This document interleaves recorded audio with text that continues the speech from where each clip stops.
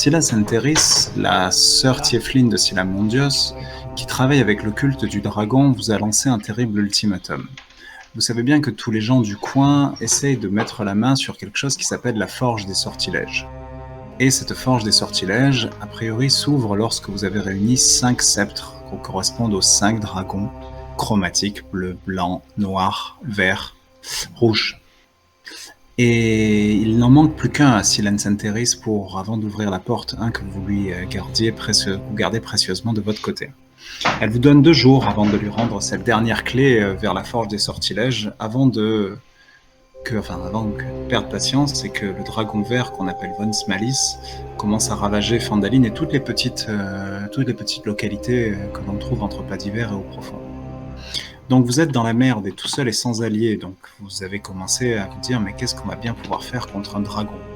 Heureusement, vos recherches vous ont mené vers un autre dragon, un dragon métallique, qui se rappellera un dragon de bronze, dont vous ne connaissez pas le nom, mais qui peut-être, s'il daignait vous recevoir, peut-être pourrait vous donner des conseils, ou en tout cas essayer de vous protéger ou de vous aider un petit peu dans la situation délicate dans laquelle vous êtes. Vous avez avancé le long de la côte des épées au nord, jusqu'à arriver jusqu'à son repère. Vous avez découvert un trésor que vous avez été heureusement bien inspiré de ne pas toucher. Mais vous vous êtes rendu compte, lorsque vous avez continué à avancer, qu'avant de rencontrer ce dragon de bronze, il y avait une gardienne qui gardait l'entrée. Vous êtes arrivé dans cet antre vraiment au bord de l'eau, toujours sur la côte des épées. Cet antre était une antre à bord de falaise avec le bruit des vagues et des grandes écumes des vagues qui vient lécher le haut de ce que vous pouvez y voir. Le bruit de la mer est omniprésent comme des orages qui frappent en permanence. C'est vraiment tout un sanctuaire qui est construit à bord de l'eau.